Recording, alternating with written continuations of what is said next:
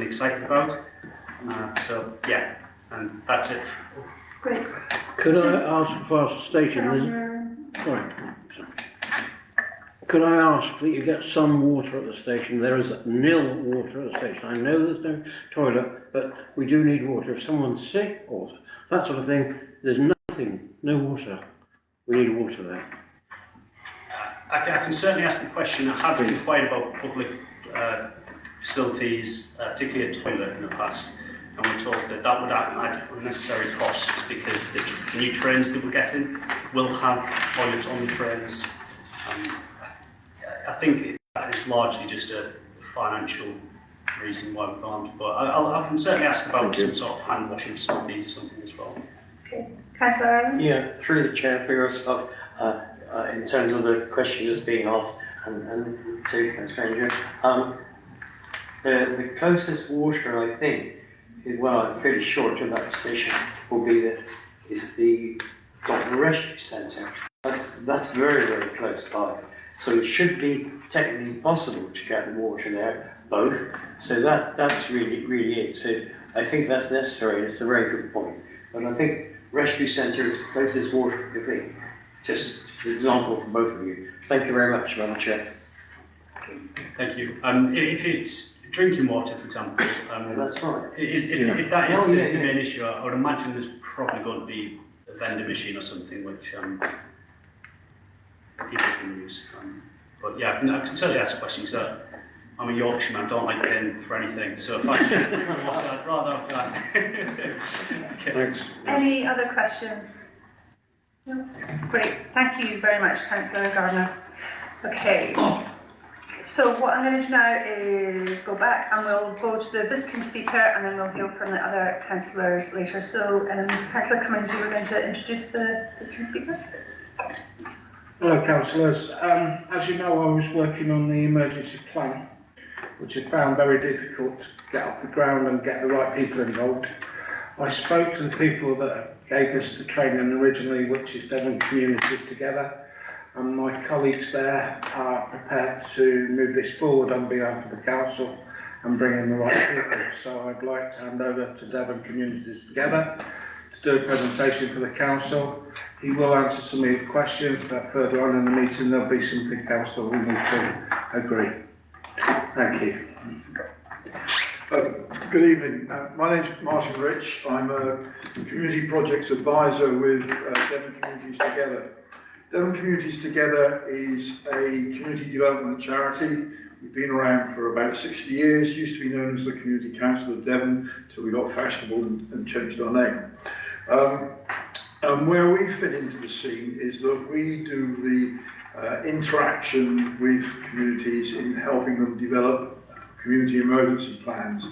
So if I can give you a quick sort of history lesson, go back to 2004 and the Civil Contingencies Act, which required the responding services, such as the blue light services, local authorities, the utilities, people like the Environment Agency, to work together to develop how they would respond to emergencies. Prior to that, there have been a number of major incidents, natural disasters, terrorism events, accidents, and the outcomes weren't as good as they could have been because of a lack of joined up thinking between the responding services. So hence this piece of legislation. And that set up a whole infrastructure. And in the southwest, we're covered by the Devon, Cornwall and Isles of Scilly Resilience Council. And that brings together all the responding bodies to plan and to work out how they're going to address major incidents.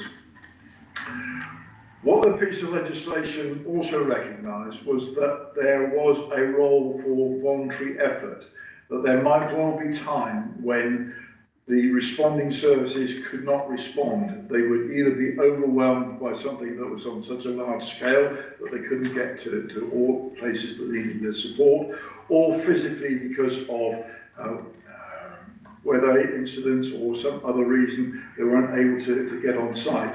And so the concept of community emergency plans was developed, and the Cabinet Office developed a model specification. And this was devolved down then to county structures. And so in Devon, we have the Devon Resilience Forum, which brings together all the blue light services, the district councils, the Environment Agency, the county council, to act as an advisory body. Devon Communities Together works with those organisations, but actually gets front-facing with communities. So we work right across the county with parish and town councils, encouraging them to think in terms of putting together a community emergency plan. Now, I think the important thing is to say that we see parish and town councils as the facilitator and the enabler, and not necessarily the doer. You are all extremely busy people. You have a lot on your agendas from time to time. And so actually constructing an emergency plan is something one or two of you may want to get involved with, but we wouldn't regard it as a role for the entire council. More importantly, you would act as custodians of the plan, so you would make sure that it's kept up to date, that it is enacted, that it is properly facilitated. But the plan itself is something that we look to communities to do. And so often we start with a discussion with town and parish councils about what is an emergency plan, what it involves, what it puts together. But then we branch out and try and reach out into the community to bring together people who can facilitate it. Now, in all communities, there are various organisations that have the resources, that have the skills and knowledge that can help put together a plan. And there are buildings that would be useful. So the whole concept is a little bit of first aid, a bit of first on the scene, communities helping themselves. In practice, where we see it coming into role is not only is it a bit of first on the scene and first aid, but it's also backing up the emergency services. So as recently as last week, whilst the police, fire brigade, bomb disposal were busy in Plymouth and Exmouth dealing with bomb incidents, behind the scenes were community groups helping support people who have been displaced from their homes and the other issues that emanated from those incidents.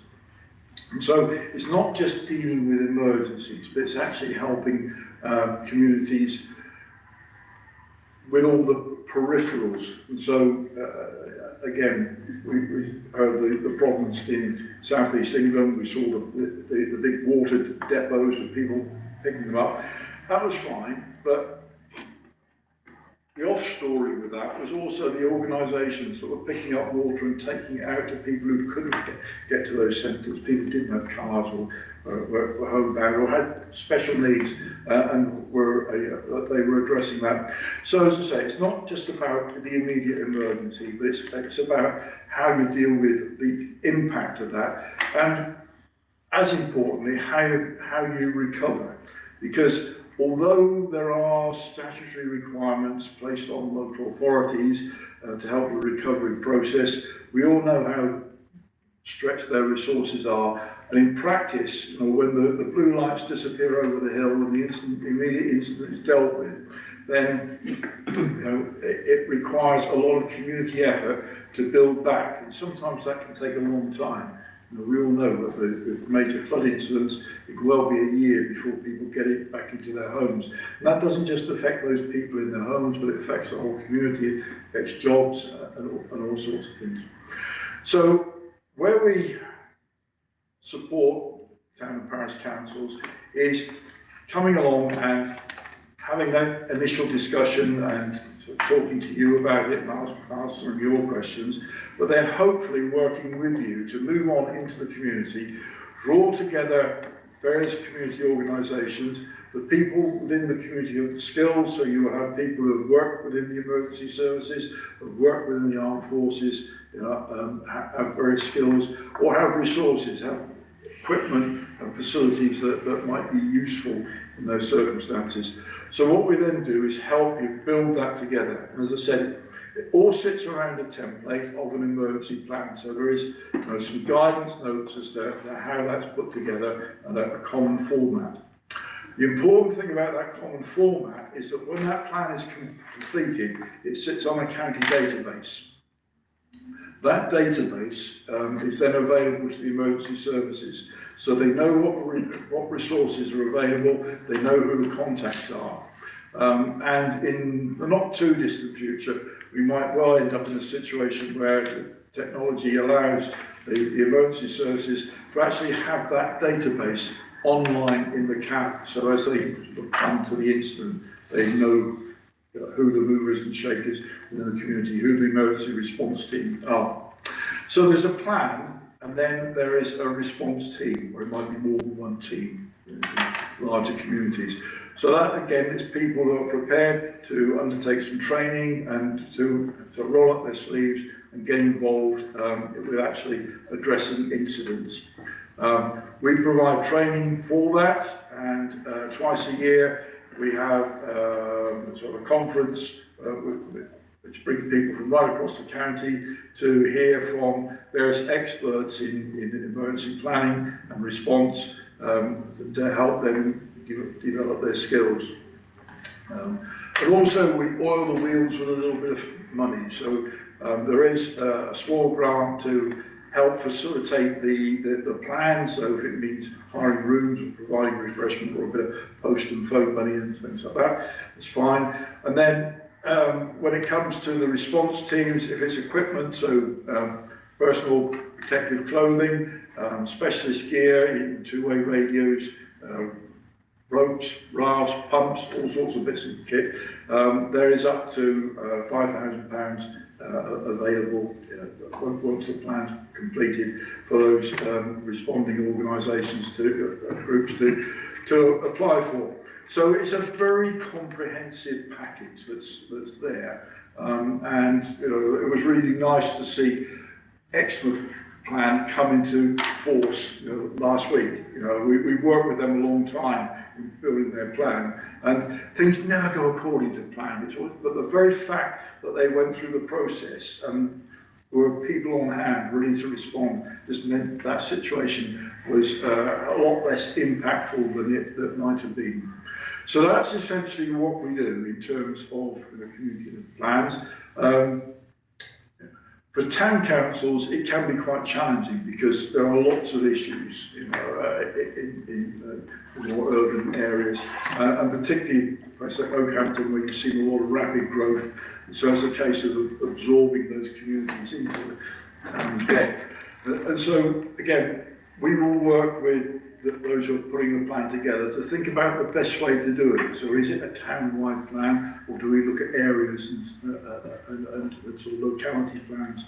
So lots of ways of doing it, but the good thing is, I think that over time they have proved their worth. And so, across the county, across the country, where local groups have had to respond, but it's not always a full-blown emergency. There is a very official definition of emergency, but there are incidents, there are inconveniences, and having that community response set up is extremely useful. So I'm very happy to answer any questions. Great. Councillor Ireland?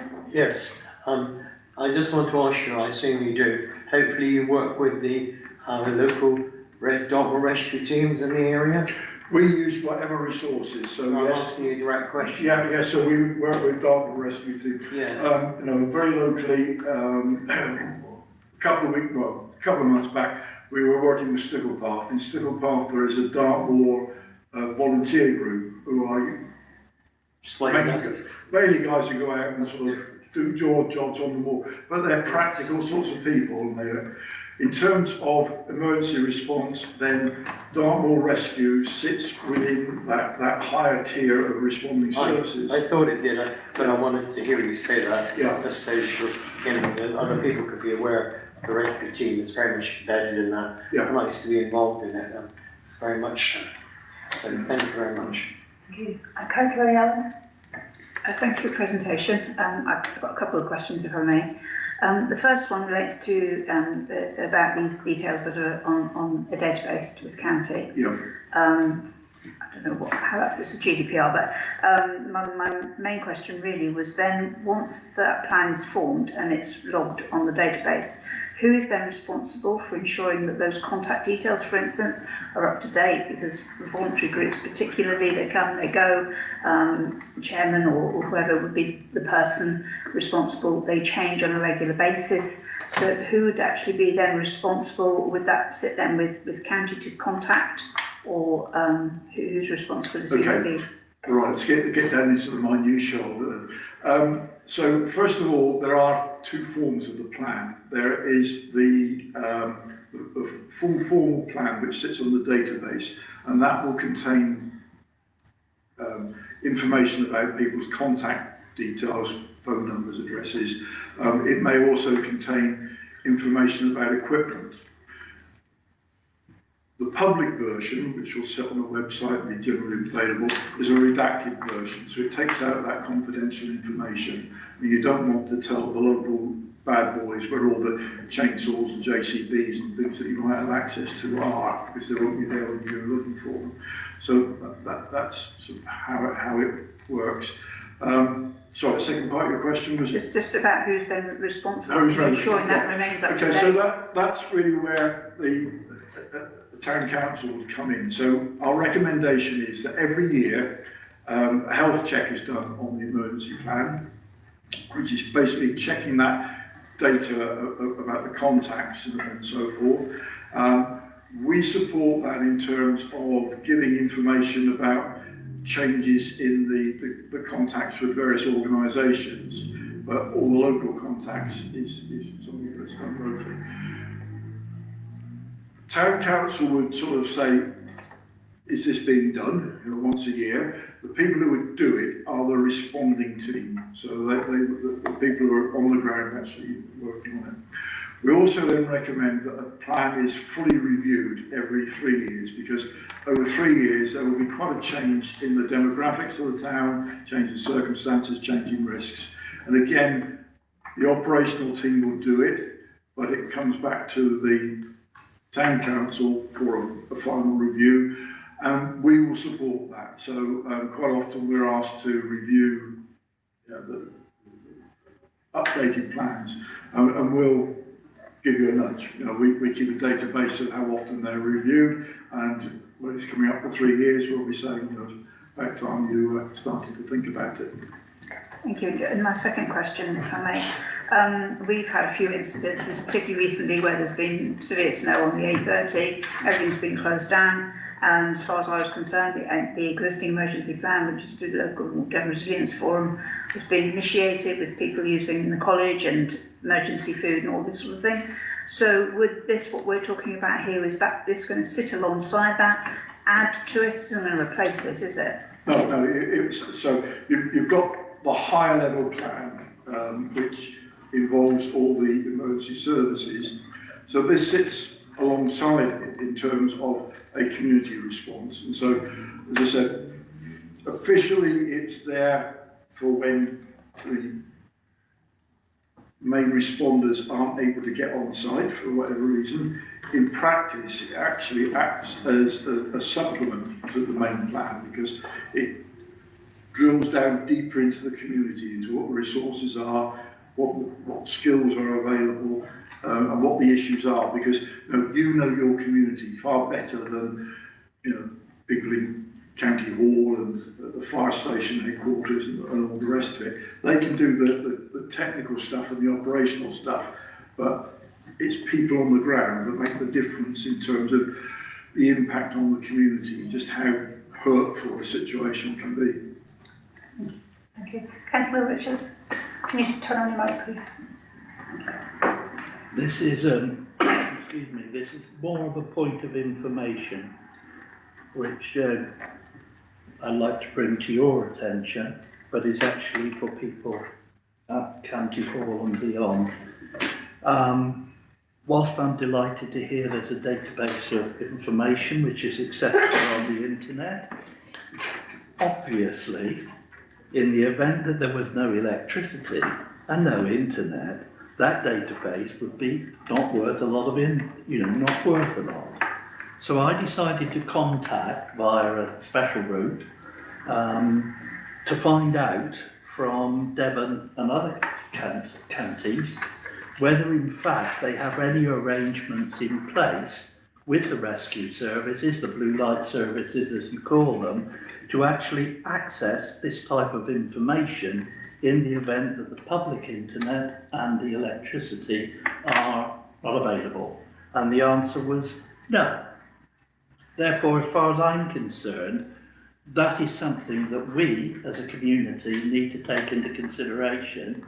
And frankly, whilst I'm all in favour of any information, the plans that we produce going to Devon County Council, in practice, in the event of something very serious, which unfortunately in these days we have to consider, these plans and all the things that surround them would be absolutely no use whatsoever, which is why I personally, from my own activities in our drop-in centre, are making arrangements to have some degree of resilience in our town, because I don't think that Devon is capable of providing it. Now, this is not your matter, but I'd like to bring it to your attention because it's something that I would like to work with the new authority at the county on, and I've already brought it to their attention. It's not fit for purpose, and that's as far as we can go. Yeah, certainly when we're putting together, helping communities put together their local plan, we try to build in what I call hard copy resilience, so that we're not dependent on electricity, because it's one of the first things that goes, isn't it? We don't, if it's storm, if it's snow, even heat, and it goes. And we've just seen what's happened in Cornwall, where a week later, still people are still waiting to get on power. Yeah. Just a sort of minutiae detail.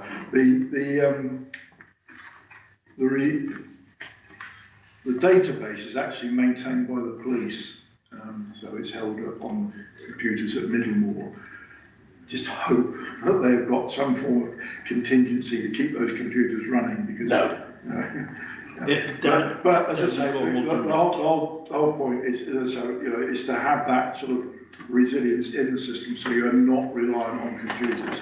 Because when you're out there in the field, when you're out there doing difficult tasks, in difficult conditions, then putting up an iPad or on your phone is not the easiest. It's sort of being able to fall back on the good old hands-on hard copy.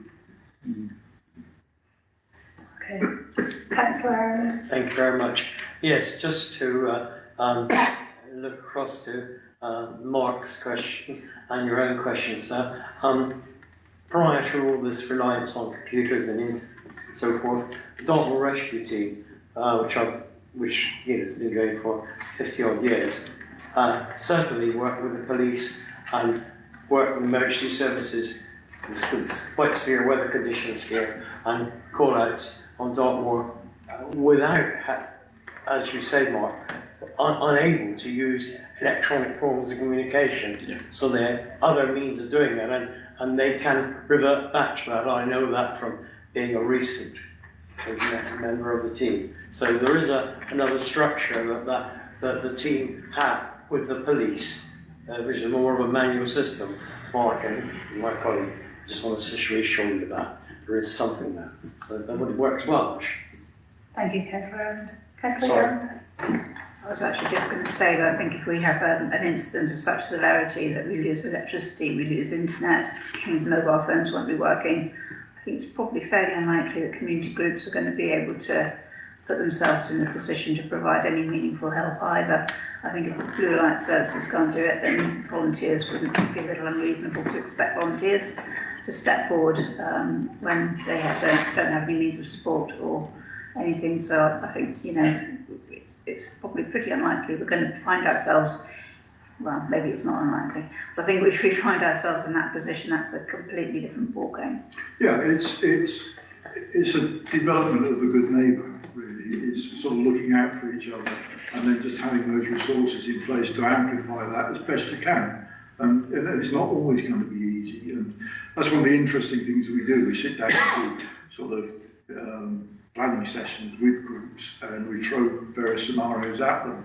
And it's surprising how resourceful people can be in terms of finding workarounds for all sorts of things that are, where today we accept technology and other providers, and we say, right, that's failed, we just block off all the different routes and still come up with solutions. So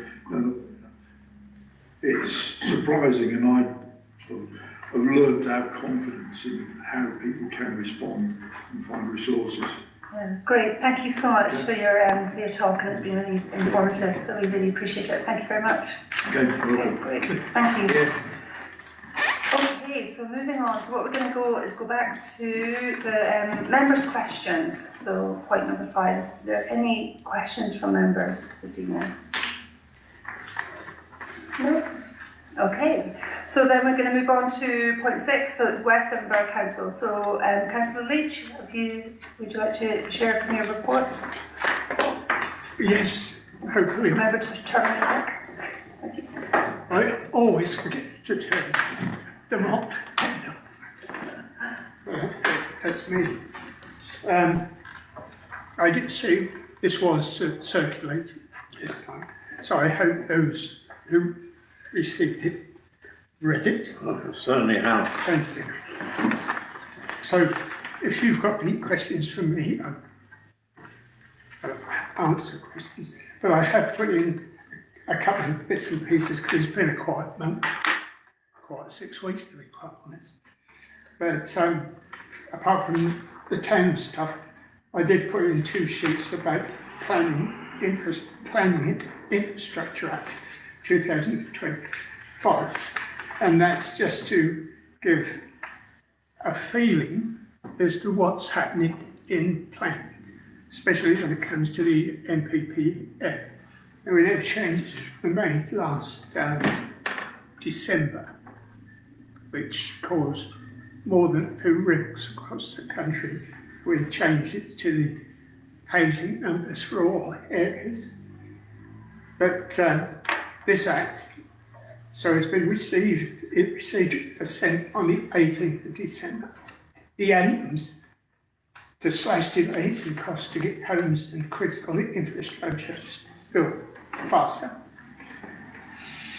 accelerate reservoirs and prioritise electrical connections to drive growth, create high-paying jobs and bolster homegrown clean energy, and plans to build 1.5 million homes to meet.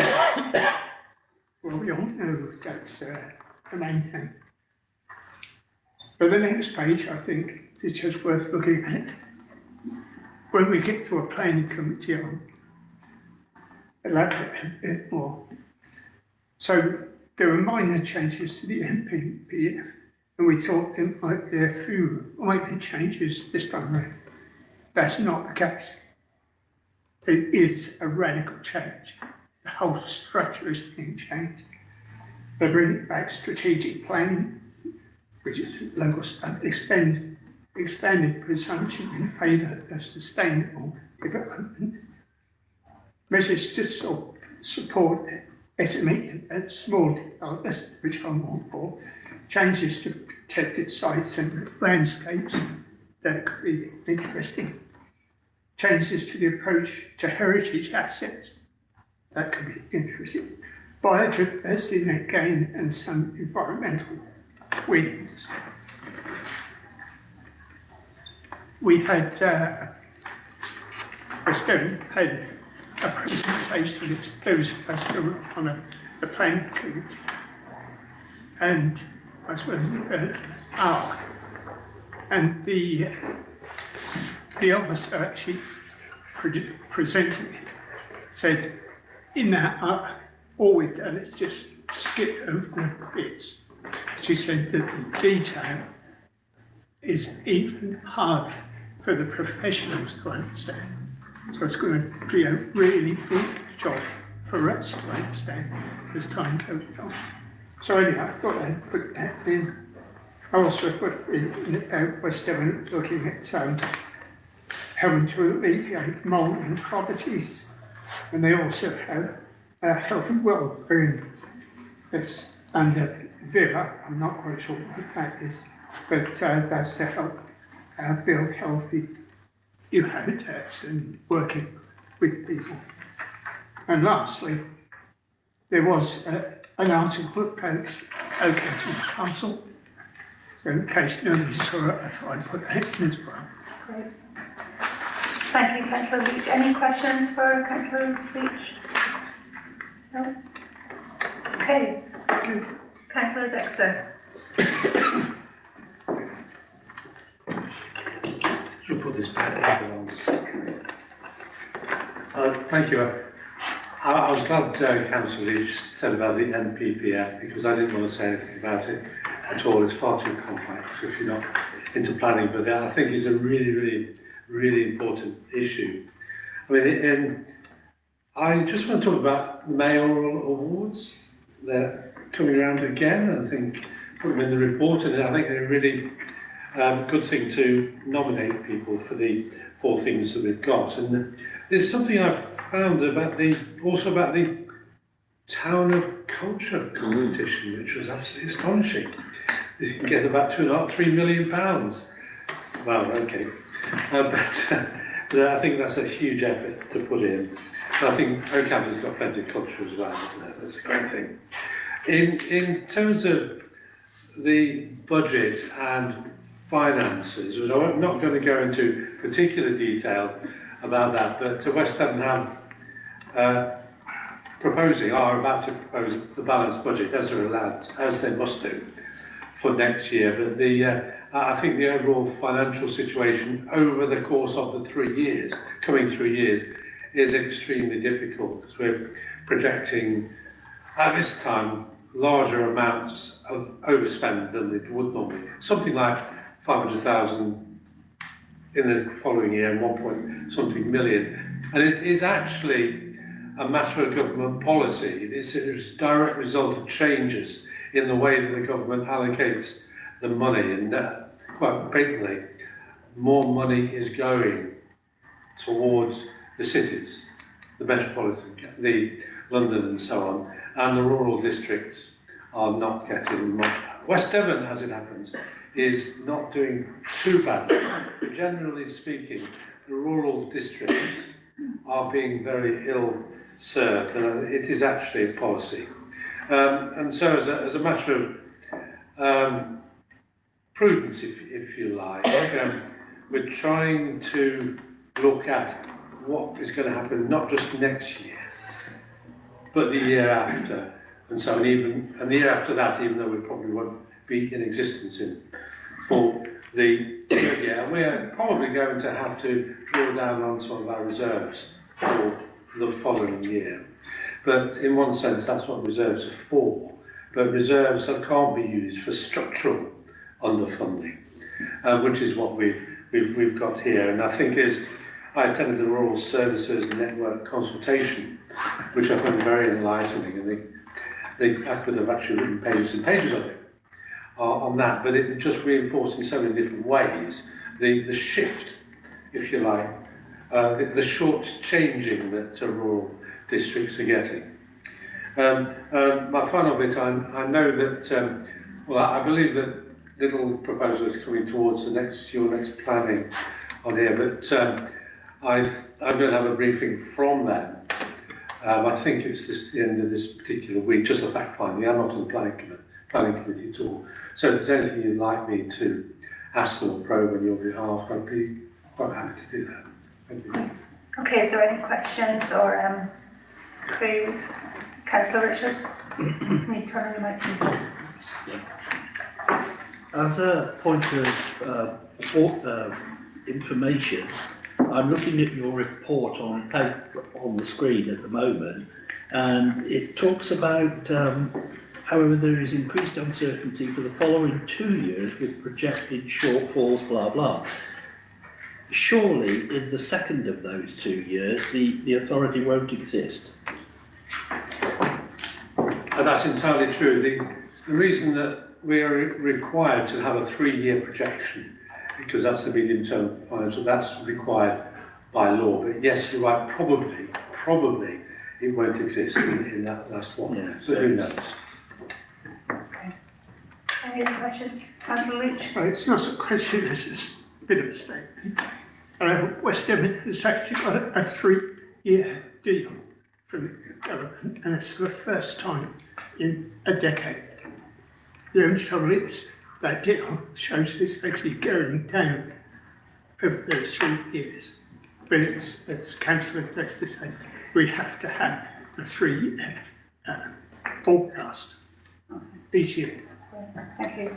And just on Councillor Dexter's last point about Lidl's, like he says, he has a meeting. Has anybody got any questions that they want to send through Councillor Dexter at this time? No? Okay. If they come to you, you can always email us and we can pass them on. It may occur to you at 2 o'clock in the morning, a very important question. Great, thank you. Okay. So, point 9, adoption of minutes of committees. To receive questions from members thereon. So it's for Councillor Yelland. Thank you, Hannah. So I'd like to invite Council to adopt the minutes of the Policy and Resources Committee meeting held on the 8th of December 2025, and I'm happy to receive questions from members regarding the workings and decisions made at this committee meeting. I'll second that. So, I'm all sorry, all in favour? Okay, I think that was everybody.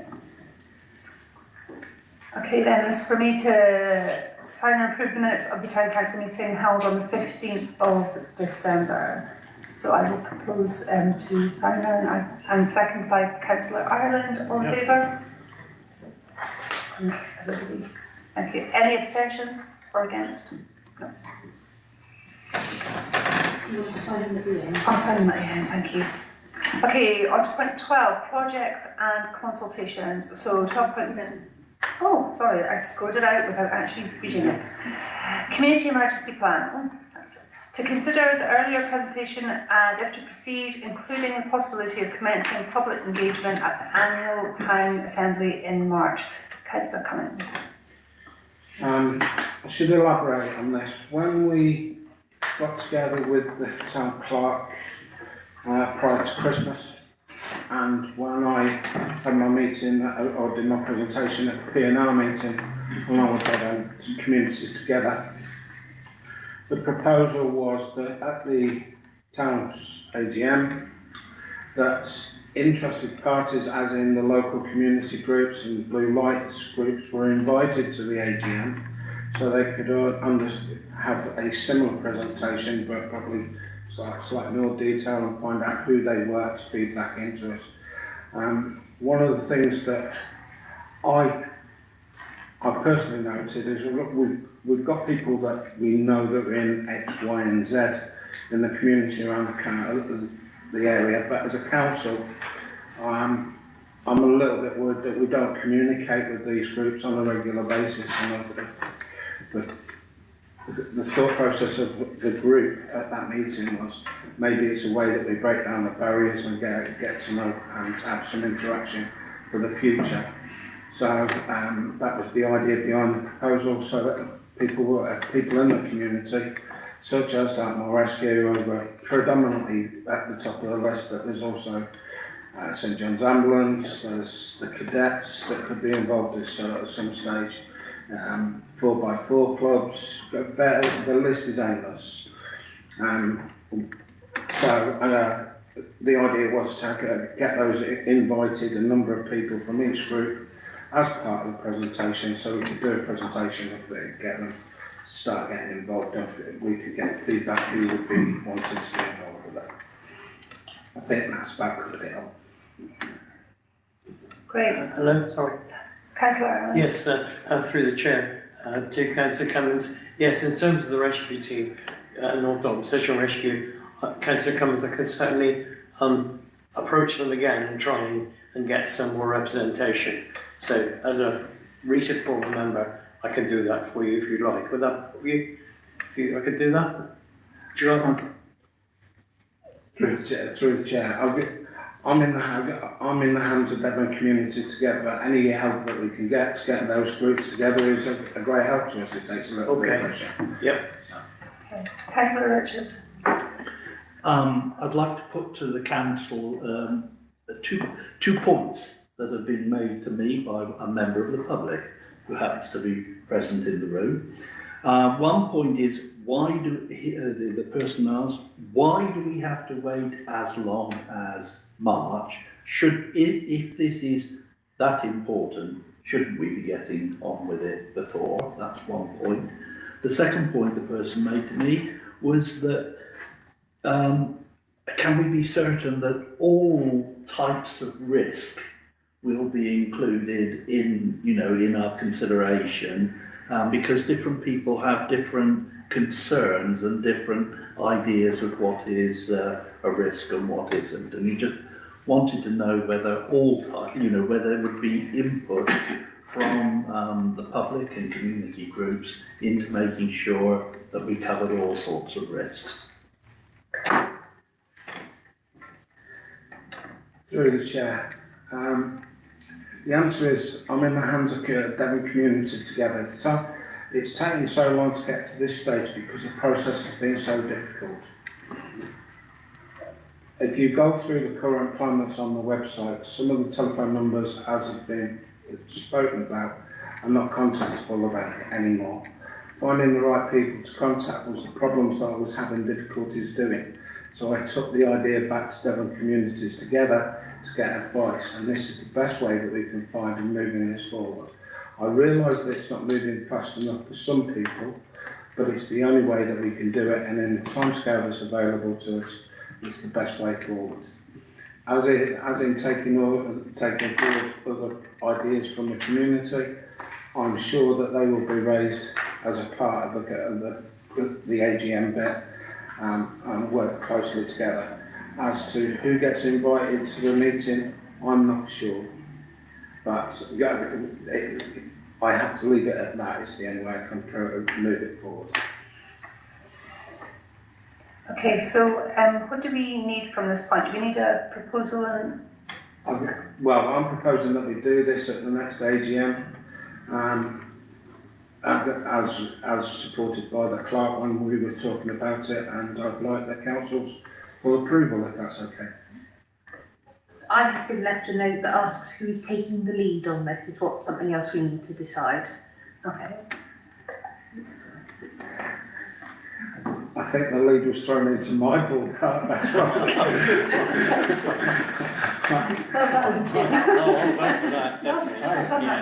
I raised the question about the emergency plan probably 18 months ago, 2 years ago.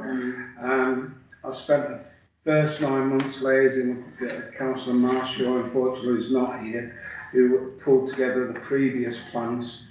We'd raised various concerns with the plans, and having found out that I couldn't move forward by myself, I needed to get support.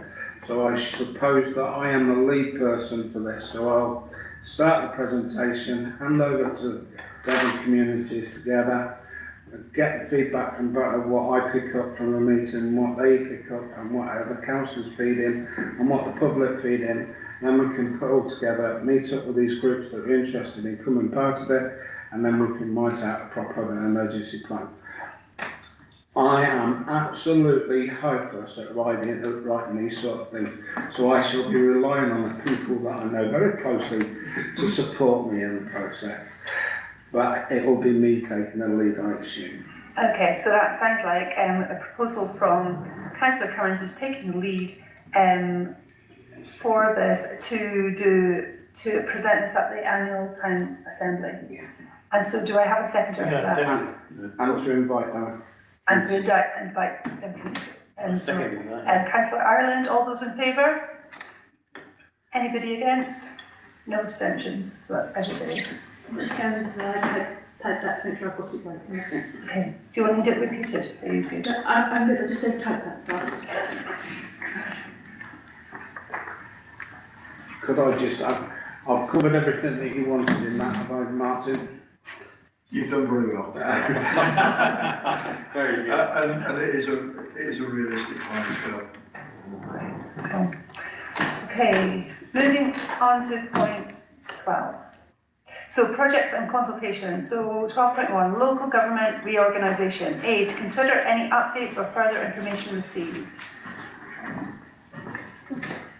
No additional information has been received and a meeting to discuss assets with Devon County Council has been requested, but we don't have anything back on that yet. Okay, could we, that's a shame that Councillor Granger isn't here to hear that. Perhaps we can send him an email and just say, would it be to him to push that forward as our Devon County Councillor? Okay, yeah. And then point B, to consider correspondence if received from West Edinburgh Council in response to a request for potential acquisition of assets. No response to date, chased again the week commencing the 12th of January. Okay. Is that in itself anything that Councillor Leach or Councillor Dexter can push forward? Councillor Leach?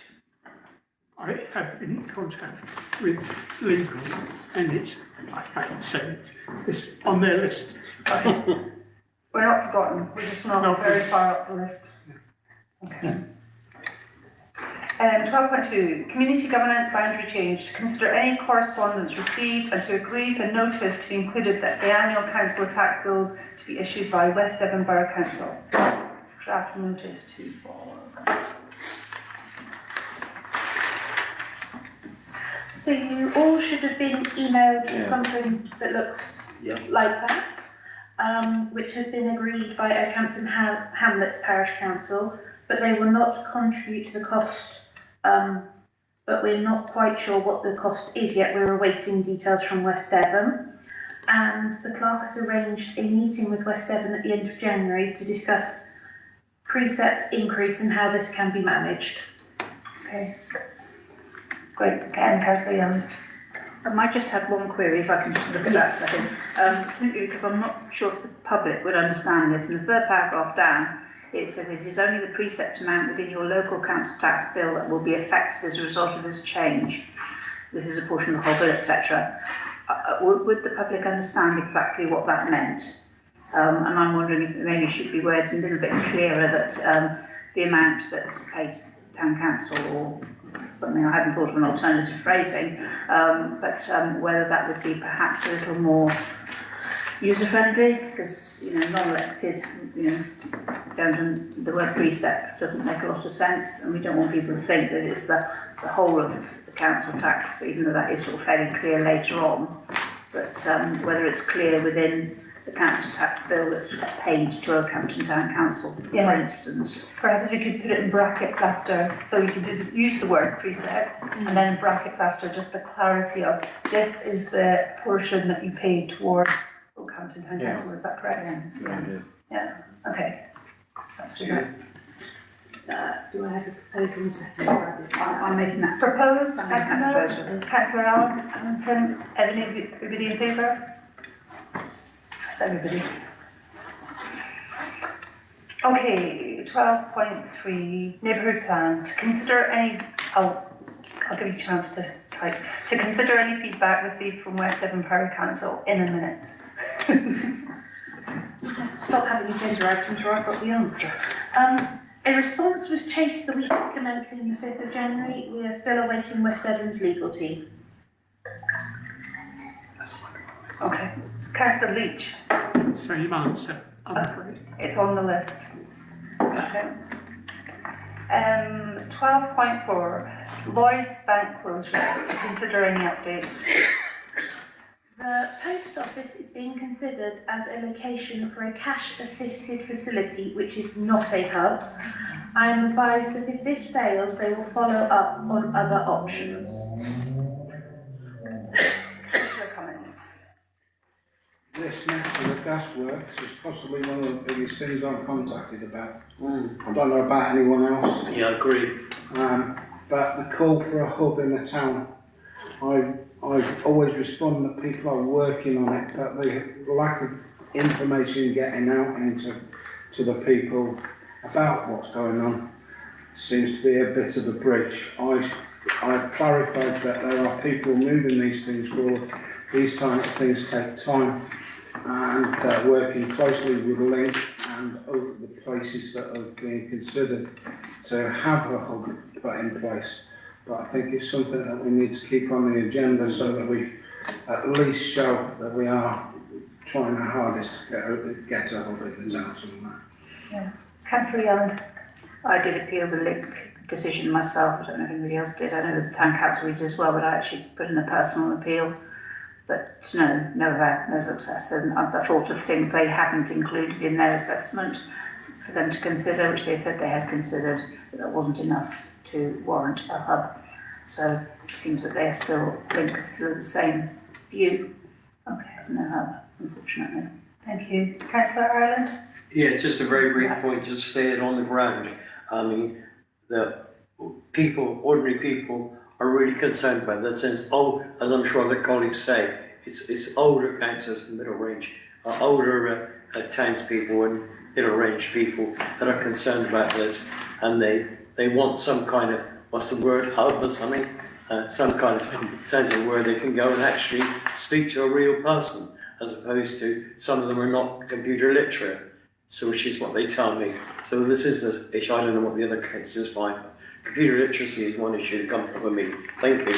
Yeah. Sorry about my cough, apologise. Thank you. Councillor Cummins? Just on a follow-up of that as well, the other concern that I get, mainly from the older generation who are not computer literate, don't know how to use the phones. That's I'm really concerned that they're being asked to use technology and they've got nowhere to go. It's something that, as a separate part of what I do, we're getting concerns from various groups that are asking us more and more about how this can be supported. So it's something that I feel is very important, especially for our older communities. Yeah, very good. Councillor Hamilton? Should we write to the MP? Because we're not getting any joy at all about this, and we need a hub. And it's not just the town, it's all the people at Bratton Cavelli, Sticklepath. It's all these people need this hub. We need to put pressure, because we're just going to sit here and say, oh yeah, we've got no more joy, no more joy. It's just not good enough. Not good enough at all. So I would propose that we write to the MP very strongly. I'll second that, if that's a proposal. At the cluster group meeting that we had last week with all the local councils, this was quite a big issue. And all the councils, again, are going to put it on their agenda to write to the MP, to write to the links, to keep pushing from all the little villages who also use it, to point out how important it is to the rural area as well as the town. So they are pushing from the outside as well as from here. Okay, so I've got a proposal to write to MP and a seconder from Councillor Ireland. All those in favour? Yep. Anybody against? Any abstentions? Okay, were you in favour, Councillor Richards? Yes. I ought to declare an interest. Okay, so abstention? Abstention. Okay, one abstention. Okay. Just a question from me. You said that they'd approached the post office. We don't know what the post office is planning. I understand that this cash-assisted facility will be a cash machine like Lloyds Bank have now, where you can pay cash and cheques into it, and that is what the facility is, rather than a bank member of staff. Yeah. Okay, thank you. Councillor Leach. As far as post office is concerned, I think it was the first missive that came out of Lloyd's about the changes. And one of the things I read was people were able to go to a local post office, which will save them going into the town. And that made me quite cross. They don't seem to understand that most of our local post offices have gone. We've only got them in the main towns. I say main. And for people to have to, well, anyhow, they were wrong, and I think they should admit they were wrong. They can't put it all onto the post offices, just if we've got one. Yeah, thank you, Councillor Leach. Councillor Ireland. Yeah, a very quick point to follow up to Councillor Leach, really, in terms of the post office and generally. One of the things I found out from Lloyds Bank is that the post office, well, now where are we now? We're January, so December. They finished in the post office receiving cheques from Lloyds Bank in December. So, you know, older people again who might be using cheques, so forth, can't pay them into the post office. So there's a whole series of sort of pitfalls there, which I'm sure my colleague Councillor H is aware of. Thank you. Councillor Fisher. Without going on about this, obviously I'm a retired postmaster. A hub is not like a post office. It's different people in there with different skills. So don't think that post office there can do what a hub can. It cannot do it. And it mustn't be anywhere near it, actually. Yeah. Councillor McNeill. From listening to the comments, it seems as if there is no movement forward on this project at all. And we're halfway through the time limit that we've got. Has the co-op now disappeared from the project? Do we have a response to that? As I understand it, Lloyds cannot close until this facility is up and running. So even though they've got the date of the 25th of March, until this is in place, they cannot close, as Lordston's branch of their particular bank can't close until their hub is up and running. As I understand it, the second business has not yet been approached. Sorry, who? The second business that you mentioned has not been approached because they are still working with the post office. Okay, so it sounds like we've made a proposal that we're going to write to our MP and raise this, which is really great because it sounds like a collective is doing that around the area, so it's not just one voice, it's many. Okay, Councillor McNeill. Surely it's up to us to activate the MP might be able to write a letter, but surely the time is running out, and if the post office aren't going to do as we wish and have a hub, which they probably can't, we've got to construct something for ourselves. I'm not sure if that's something we can do. I think that's something that the bank has to arrange. They have to arrange that there's something in place so they can actually leave the town. They can't leave until something's in place. So actually, you know, in some respects, the March is coming up, but that's their deadline, not ours.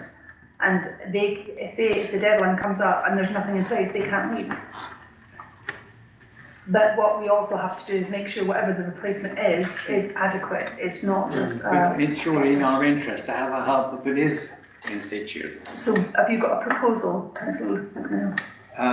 Well, my understanding was that we were looking at the co-op for doing this, and my proposal is that if we aren't succeeding with the post office, then the co-op or some other option should be looked at. But I don't think it's our arrangement. It's an arrangement between Lloyds Bank and the post office, and if the post office say no, then Lloyds Bank have to then. It's their arrangement then to go. Am I right in saying? So Town Council is not in charge. It's not our decision. It's Lloyds Bank's decision. And the link. And the link. Yeah. Okay. Okay. So we've moved on from that point. That's okay. Oh no, we did. We had an abstention and a declared. Yes. So yeah, we voted for that. I just confused my matters. Oh, Councillor Todd. No, next one. Oh, next one, okay. 12.5, allotments. Just declaring an interest in as much as I'm trustee of OUC. Okay, thank you very much. Currently the owners or runners. Okay, so to consider any update in relation to the lease arrangements and correspondence sent to Oakhampton Hamlets Parish Council. We are waiting for feedback from the Oakhampton United Charities before the leases can be progressed. Okay, thank you. And then 12.6 is Pulse Hubs. To note that the project has been withdrawn due to planning implications, so we're no longer having the hubs. Councillor Fisher. Could I ask a bit more? We were just told it was scrubbed. I thought this was a really good idea. I thought Oakhampton was going to be put on the map. Newton Abbott's got it, and there's quite a few towns in the country got it. And they picked Oakhampton, and then all I hear is West Devon say no. I'm not happy with the no. Have we got any feedback from West Devon? Councillor Leach? I'd be able to help a bit, because we had full discussions, and I better declare an interest as a West Devon member. And we had meetings with the planners. We walked the streets with the developer, saying where they would like to put these.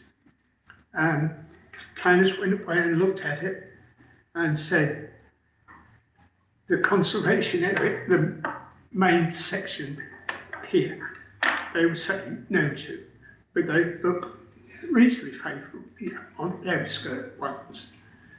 Fortunately, the time it went in for planning, the police were against it because of issues with, you can press 909 on it, and although it said we've got CCTV, which we actually, our own, could watch these machines, and it's got CCTV in it, that didn't watch. There was also issues with height rates because of traffic drives could be distracted. And our conservation officer said no. So the Pulse people withdrew those two applications. So it's application for planning and for advertising. So instead of having it lost, they withdrew them. But I understand they didn't actually no, because they need a minimum of 4 or 5 within a town to make it right. Okay. Councillor Richards. Okay. I understand that, yeah. At the end of the day, the pulse hubs depend on one of two things. They depend on people actually seeing the national advertising. As you know, the local advertising, in which we are all interested, is a secondary issue. They want people to see the national advertising. And there are two possibilities, and this is the answer about Newton Abbot. In Newton Abbot, the situation is footfall. There are enough people walking past the machines to justify the existence of the machines. Unfortunately, in 3 or 4 of the locations in Oakhampton, even if putting aside all issues to do with conservation area, they would have been dependent upon literally cars driving by to justify the actual page views. And because, unfortunately, from our perspective, we're only really interested in the local bit. We don't really want to encourage, and we all thought and talked about the idea of which way they should be facing. So in my opinion, which is why once I discovered that it was being taken down and made a few inquiries of Josh, who is the lead developer on it, and I mean the solution is for us to come up with our own alternative, which will focus primarily on advertising in the town and for the town, and that's what we're putting together. Okay, great. Well, we'll look forward to hearing from that at a later date. Okay, point 13, the 2026-2027 budget and precept. So 13.1, to consider and resolve to approve the budget for 2026-2027 financial year. So, if you could look at your meeting report, because there is some information on there which suggests some changes because of the tax base has changed for Oakhampton, and so it has made some suggestions about what we might do to the budget. Because there are a number of things that have come up. The riverbank after the last storm, instead of the number of holes we have, that has doubled the number of holes we've got. Just before Christmas, a large tree fell over in the park, which has taken out part of the path and is going to take some serious repair work. The fence up at the cemetery collapsed the same day. The parks team had a really great day that day, unfortunately. The cemetery land that we are looking to purchase, the number of surveys and things we need to do with it, the list from West Devon from our pre-app is quite long, so there's going to be quite a bit of associated fees. And we also need to think about assets from West Devon within the review, including legal fees for if we do get offered any in transferring them. So there are some recommendations about additional amounts being added to the precept and how that affects it. have they got any questions for everybody? Has everybody kind of digested the changes? issues. Yeah. So you're looking for a proposal to approve I need with those changes. a proposal for an additional amount, so then we can do the total precept required and the total budget required.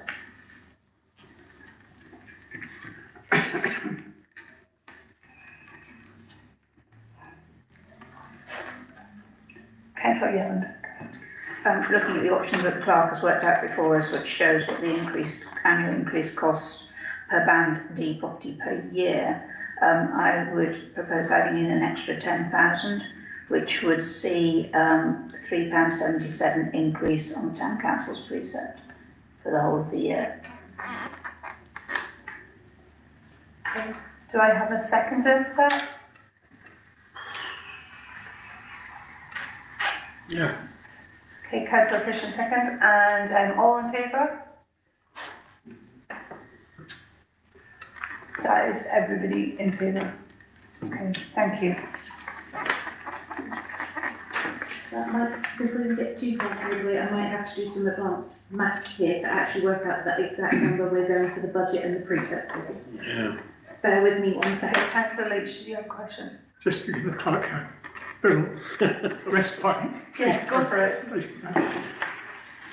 I wish I could find a way to backcharge the work we've got to do to the river bank to the Environment Agency. Because we've waited month after month after month for them to get permission for us to get on with that work. We had one of the driest summers, summers, for years, and that was a perfect time to do that. And because we hadn't got the permission, we couldn't do it. Now it's going to cost twice, possibly 3 times as much after all the sports. Someone needs to get a grip with that particular agency. I don't mind saying that in public.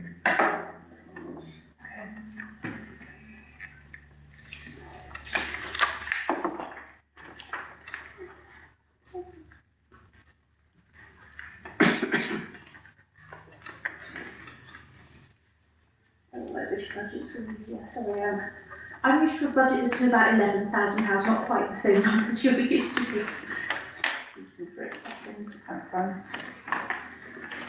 So I think the precept on that will be £475,273.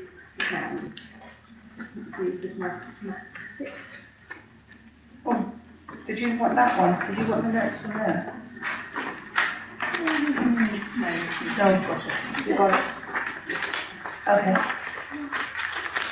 So that is the precept before.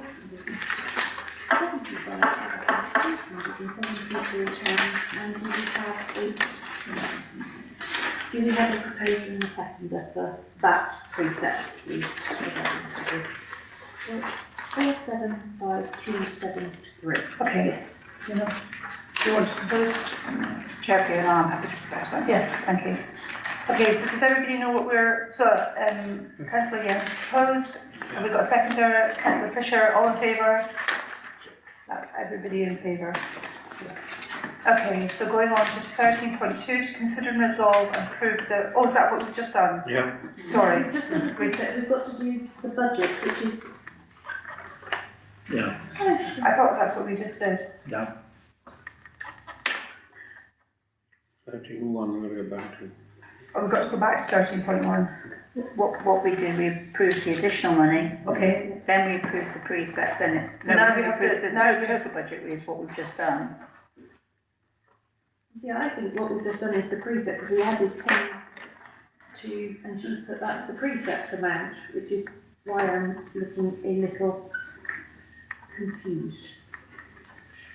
Maybe let's do better at this, because in the report it says that the precept would be, in version 3 the precept was 465,000, so if we added the 10,000 that's where we got that number, but our precept is not our whole budget, is it?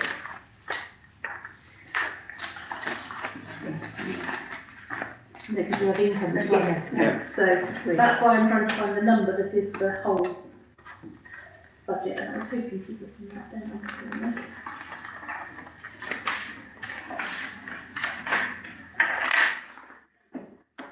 Can't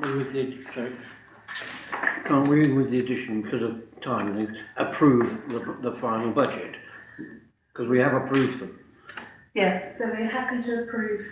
Yeah, I think because we've gone through them a lot with all the different extra teams, so have we got a proposal to I approve? propose we accept the budget for the year. Yeah. Okay, then have we got a second for that? Councillor, Ireland, all in favour? And that is everybody. Okay, point 14, to resolve payment of invoices in accordance with the schedule. So you have had the payments in front of you, so can somebody... Anyone got any questions or maybe answers to them? I can brief them then. Okay, so... Any questions? No. Oh, folks. I propose. Oh, do you have a question, Councillor Leach? No, I'll second, but Okay, so it was just a facetious one. I think there is one here for pat testing, £7. Is that correct? For staff training? Yes, because we got a discount on the course. Oh, wow. A bigger one, I would Yes. think. Okay, thank you. Okay, so Councillor, have you got a question? Yes, Councillor? please. Okay. Could the town clerk or clerk advise how many laptops were actually purchased, the quantity of laptops? I will find the invoice so that I can confirm and correct it.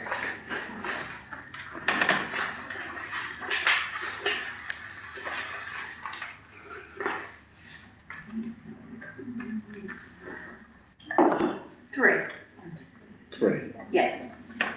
There are 3 laptops, 3-year warranty, and the docking stations so that they work like the facilities officer one does with the laptop and the screen beside it. Right. Okay, so we had a proposer from Councillor Fisher, seconder Councillor Leach, all in favour? Yes. That's unanimous. Thank you, everybody. Okay, point 15, historical plaque and recognition schemes. To consider a request from a member of the public that a former local person, James Coombe, be recognised through the National Blue Plaque and other schemes. So if you look from your meeting notes, that there's quite a long write-up about James Coombe, who was alive between the years of 1824 and 1907, and an overview of the his key life events. And so there is a proposal that there is a blue plaque put on a building. I think it's number 3 East Street from memory, but I can't find it right in a minute. Yeah. Is it 3 East Street? Yeah, third paragraph. And I do, having read it through, I think if we agree to this, I think it's quite funny. It says at the end, James's death certificate at 83 years of age declared him to be a master hairdresser and a naval pensioner. But I think the plan is that you actually to put an application in. So it's an application scheme are by nomination and not guaranteed. The scheme is currently closed and reopened for nominations in May 2026. So essentially, what we'd be doing is we would be putting through the nomination as town council, and then they would make the decision as to whether they agree. Is that correct? Councillor Yelland, and then Councillor Cummins. Yeah, just a quick question actually. It actually doesn't say, I was going to ask where the plaque would go. It says he set up shop at 3 Street, but it doesn't actually say anything about where the plaque would go. It does say it would need to be on a building that if he was still alive, you would recognise it. So, I mean, obviously 3 Street's in private ownership, so presumably the consent of the owner of the building would need to be gained before anything could be done anyway. But I didn't know, because I was only slightly concerned if there was a thought about blue plaque going on the town hall, because, you know, town hall's a recognisable building, whether he'd recognised it, because it wasn't a town hall back then. But I don't think we would be able to do that, because it's in the conservation, it's a building in the conservation area. And equally, the quite a lot of other people in Oakhampton I could see we could be inundated with questions to do perhaps. But I don't know quite what the position is when looking at it going on a building that is not within our authority. We can't sort of grant, it would have to be with the consent of the owner. Okay, so that would be point number one. We'd have to ask the owner if they would be consenting to have a blue plaque on their building. Councillor Cummings. Although these things are always complicated, but I think that celebrating people from the town and the history of the town is something that we should be encouraging. I think the allocation of where the plaques placed or anything falls on the people that actually do the plaques, and they're the people that do the liaison. We're only being asked if we would support it being nominated, and I would happily propose that as a council we do, celebrate the history of the town. Okay, thank you. Councillor Leach, do you have a question or a statement? Yeah, a bit of a statement. What a life, as far as reading through this. Yes, I wish at the end of mine someone could write something up as good. But yes, I think we should celebrate. Okay, so we've got I'll second. So we've got a proposal from Councillor Cummings, second from Councillor Leach. Did you want to say something else, Councillor Fisher? Yes, I think we should be speaking to the Masonic Lodge about him. Because he inaugurated it, didn't he? Did. So maybe they would like to be part of it as well. Okay. Okay, so we've got a proposal, a seconder, all in favour for supporting this. And I think, Councillor Holt, did you in favour? Yes. Okay, sorry. No, that's fine. That's unanimous. Yeah. Thank you very much. Okay, so then we're on to number 16, local electric vehicle infrastructure levy. To consider correspondence from Devon County Council Highways in relation to a scheme for the provision of electric vehicle charging infrastructure. The clerk expressed an interest, or an expression of interest, about 12 to 18 months ago. We haven't heard any more. So it's to wonder whether we are still interested in carrying on with this or whether we're not. Any comments? Councillor Leach and Councillor Lloyd. So, a few years back, we were putting together some mini town plan, what was good. And we put forward then that we should be not a transport hub, but an electrical hub. And that sort of slowly fell apart. But because we're pretty well in the right position to be able to pick people up coming down from our country, pulling here to charge up, to go on further into Cornwall and coming back. So I think it's still a good idea. But in principle, I'm not that keen on electric vehicles. Okay. Councillor Ireland, would you like to? Oh yes, I'd like to suspend standing order as we reach 8:30. That's what I was going to say. But all right. Yes. All in favour? Okay. I'm sure one of you seconded that. I did. Second. Thank you. Councillor Young. Just going back to the electrical charging hub. Yes. I would be happy to support this. It's a request to consider if we wish to progress in principle in order to ascertain further information. So I'm happy to propose that we do just that. Okay, you've got a seconder. Councillor Cummings. All in favour? That's everybody. Thank you. Perfect. Okay. Point 17. Nominations of trustee for. Sorry. Okay. I have a piece of paper that goes with that. Oh, perfect. Nominations of trustee for Oakhampton Foundation. To resolve to nominate a trustee to Oakhampton Foundation to fill casual vacancy following a resignation.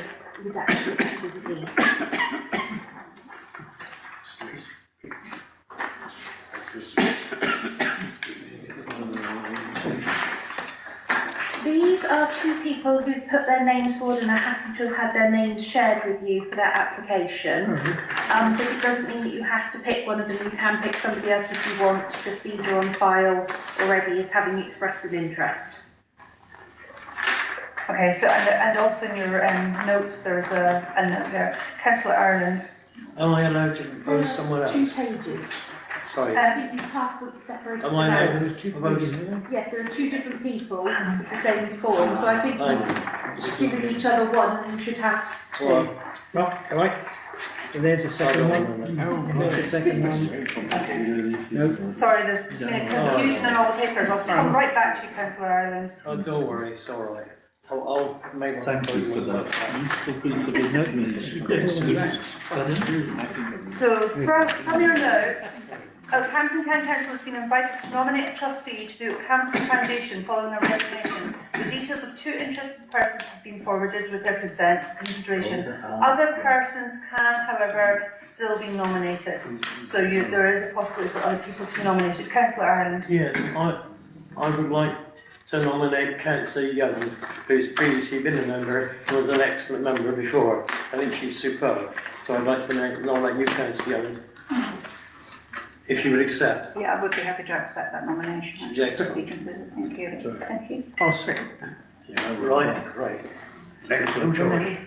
Okay, so having everybody read all the different nominations, how do I go about doing this? So we've got 3 nominations, we've got the 2 on the paper, and we've also got Councillor Yelland. So you've had a proposal, I think you don't have to vote on, and if that is accepted, Then that's, isn't it? If you've got a proposal and a seconder, it has to be voted on, doesn't it? The way that I understand this, excuse me, is we're asked to nominate a trustee to the Oakhampton Foundation. We've chosen to nominate Councillor Yelland as our representative for the council. So that then puts the 2 nominations to a side. Yeah. Yes, right. That's how I understand it. So it would move the 2 nominations that are in front of us out of the picture, because we've nominated Councillor Yelland. okay. Yeah. So everybody's aware of that. So you've read the 2 nominations, and then we put forward Councillor Yelland, and so if... We haven't voted on that. We've So, got yeah, that's only so we've had a proposal for Councillor Yelland, seconder, all in favour to put forward Councillor Yelland. Yes.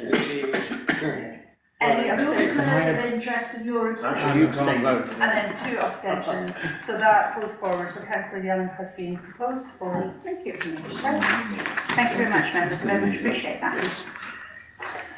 Okay. Okay, point 18. This is our last one, everybody, just so you know.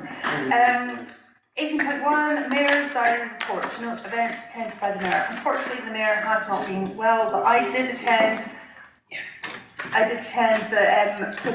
The new vicar, Claire Reynolds, as she was Inducted.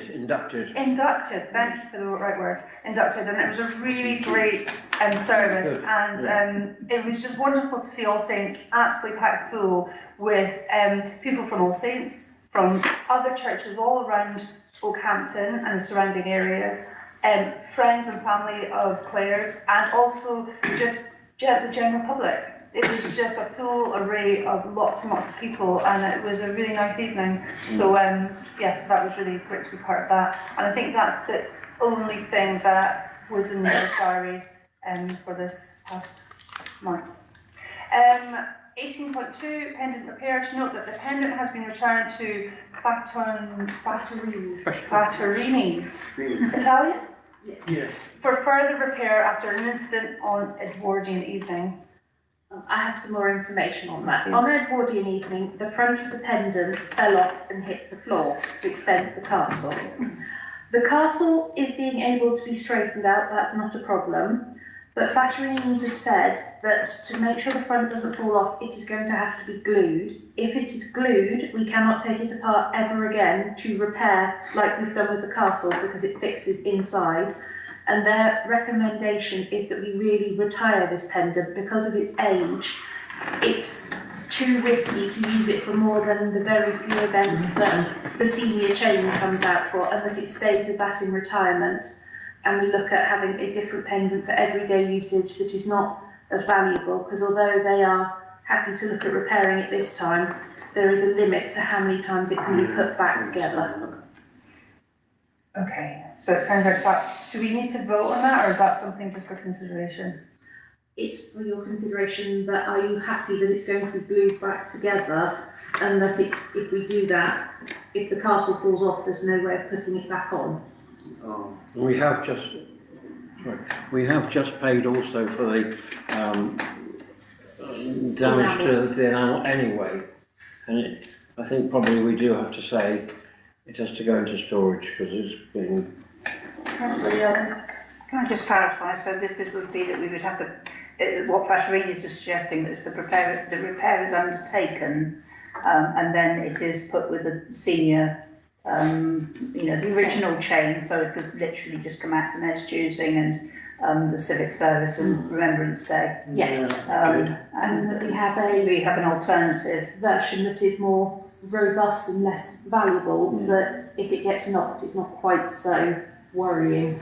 So at this stage, do we just need to vote on that of having it repaired, and then what will then come back to us would be In the new financial year will come an alternative, because they have provided a suggestion, but there's a lot of work to get the exact what we want between now and when we actually look at it, if we want to. Okay, Councillor Cummins. Can I propose what they're suggesting, which is to glue the item together and then put it into storage for the only really important agenda items, and that we consider an alternative in the future. Yeah. Okay, that's the proposal. Got a seconder? Councillor Ireland. All in favour? Okay, reluctantly. Okay.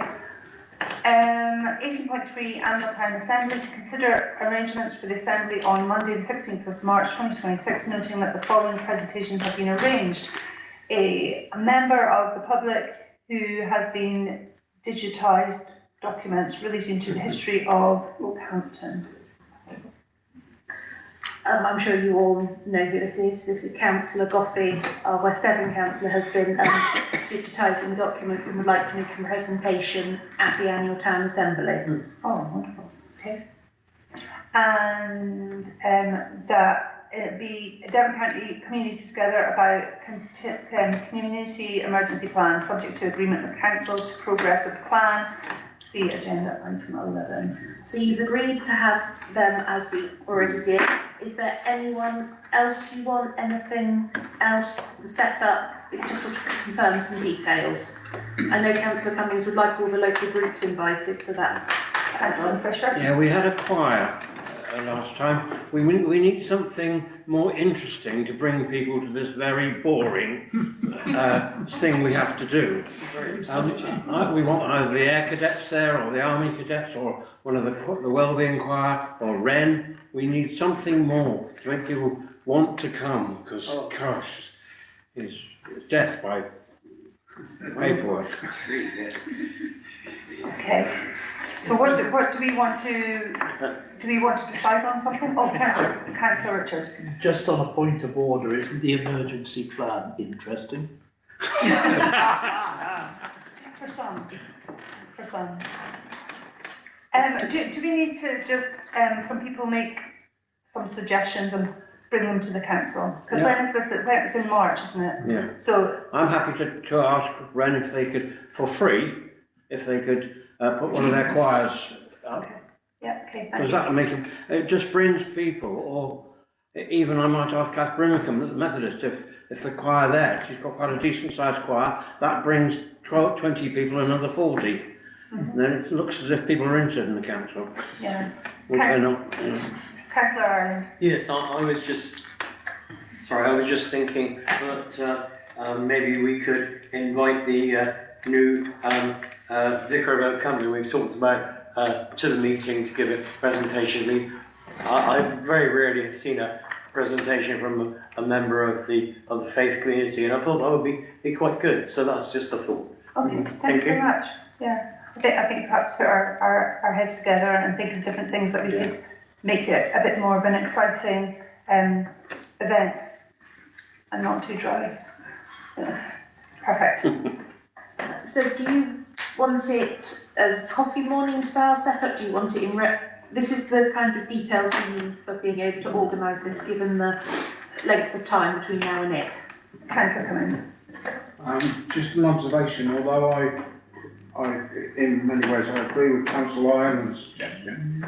We are supposed to be a council that brings everyone together in the community, and if we only invite one faith leader, we would have to invite the other faith leaders.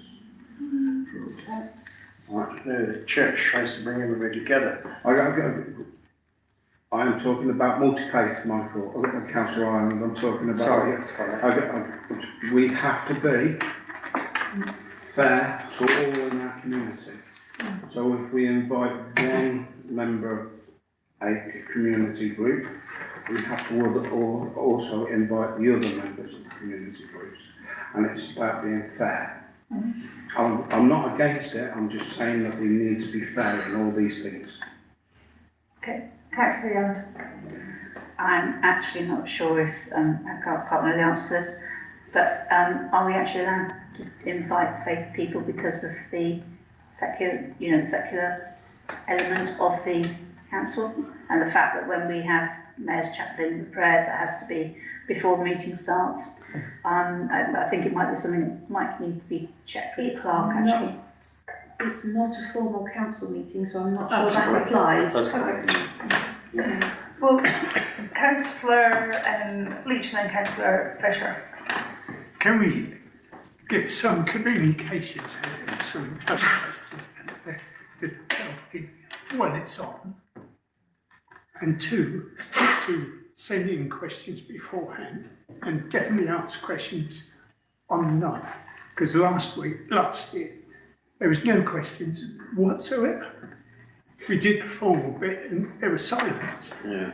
So let's tell the community we're there to listen and come and ask the questions. Okay, Councillor Fisher. If the council's happy, I'm happy to go and ask one or two choirs, things like that, and speak to the clerk and liaise with the clerk and try and find something a little bit special to drag people in a bit. Okay. Councillor Richards. I'm very much hoping that by the time we get closer to the event, that we will have actually got the approval from West Edinburgh Council for the neighbourhood plan, and that we actually can do the two things at the same time.